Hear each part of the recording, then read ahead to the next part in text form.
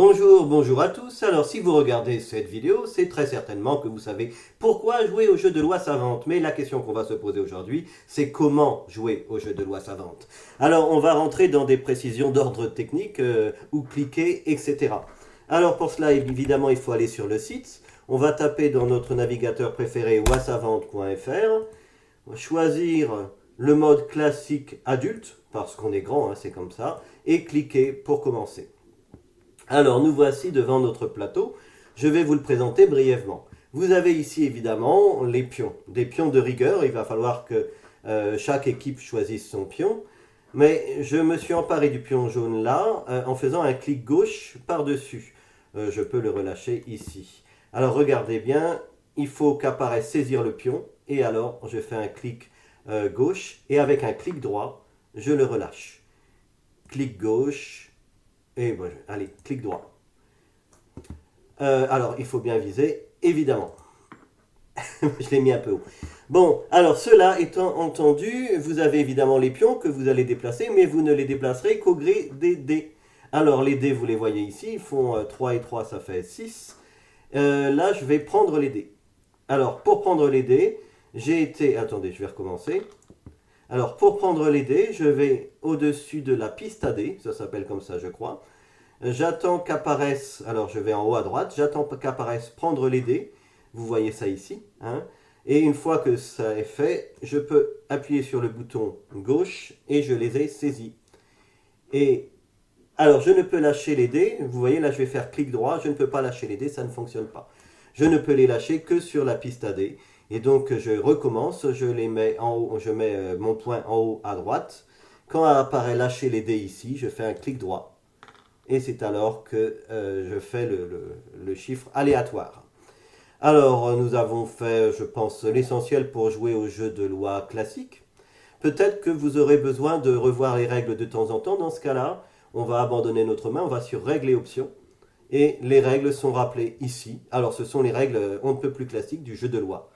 Mais on n'a pas un jeu absolument classique puisque, vous voyez, dans la règle du jeu, il y a écrit en bas, l'unique différence du jeu de loi savante avec les jeux de loi classiques, c'est qu'il faut pouvoir lancer les dés, que pour pouvoir lancer les dés, eh bien, il faut répondre à une question en temps limité. Alors, on y va, on va s'occuper des questions. N'oublions pas que le jeu de loi est un jeu de loi savante et on est surtout là pour apprendre en fait, même si c'est aussi pour s'amuser. Alors, je vais sur ma carte, j'allais dire ma carte bleue, je vais sur mon paquet de cartes. Et de la même façon, quand je suis bien positionné, apparaît en clignotant prendre une carte. Je fais un clic droit. Quelle est la capitale la plus peuplée du monde? La capitale la plus peuplée du monde, je crois que c'est Tokyo.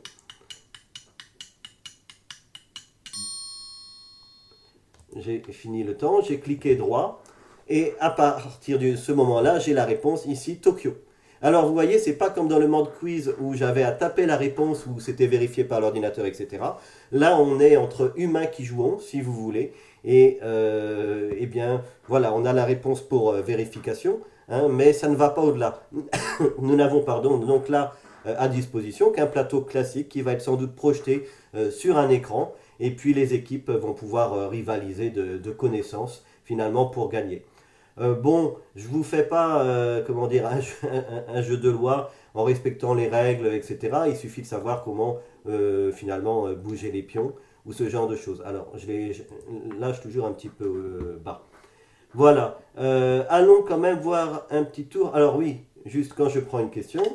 De quoi sont composés essentiellement les anneaux de Saturne? La réponse c'est de glace. Mais vous voyez évidemment en haut là, il y a quand même un chronomètre qui nous met un petit peu de pression.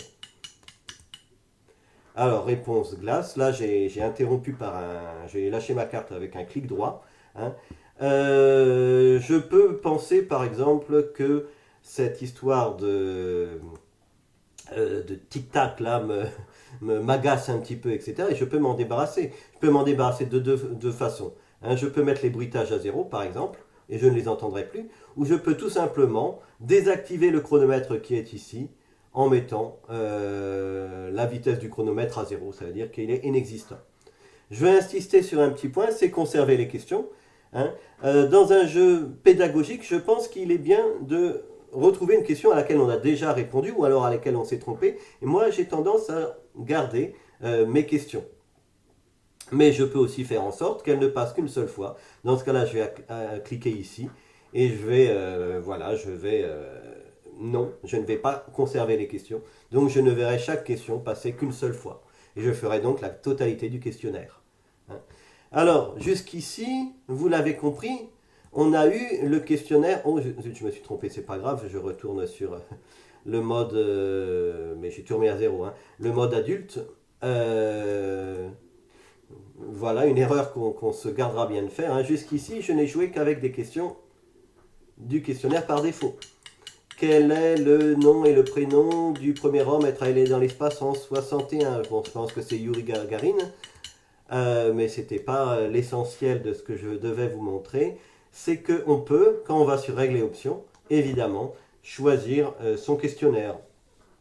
Alors, changer de questionnaire, la partie sera remise à zéro, évidemment, mais voilà, on va changer notre questionnaire. Alors, apparaît ici la liste de tous les questionnaires. Par exemple, un questionnaire sur les capitales du monde que je ne ferai pas parce que je me trompe tout le temps, etc. Hein, les dates de l'histoire de France, les grands inventeurs, évidemment, ce réservoir à questionnaire est appelé à se multiplier. Voilà un questionnaire qui est à ma hauteur, les tables de multiplication.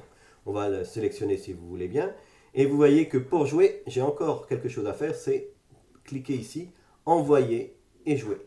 Cliquons pour commencer. Et j'ai donc changé normalement mon questionnaire. Combien font 4 x 2? Je crois que ça fait 8 et j'ai raison. Voilà, et j'ai autre chose à vous dire. Oui, je vais dans Règles et options. Et vous voyez aussi que je peux mettre un questionnaire privé. Alors là, ce sera à partir d'un code qui vous sera communiqué. Si vous avez, je ne sais pas, vous-même entrer votre propre questionnaire comme c'est possible. Mais ça aussi, c'est l'objet d'une autre vidéo. Allez, je vous souhaite de bien vous amuser. Si vous êtes formateur, eh bien, de faire des progrès aux formés, à vos élèves, etc. Et je vous souhaite une bonne journée. Merci.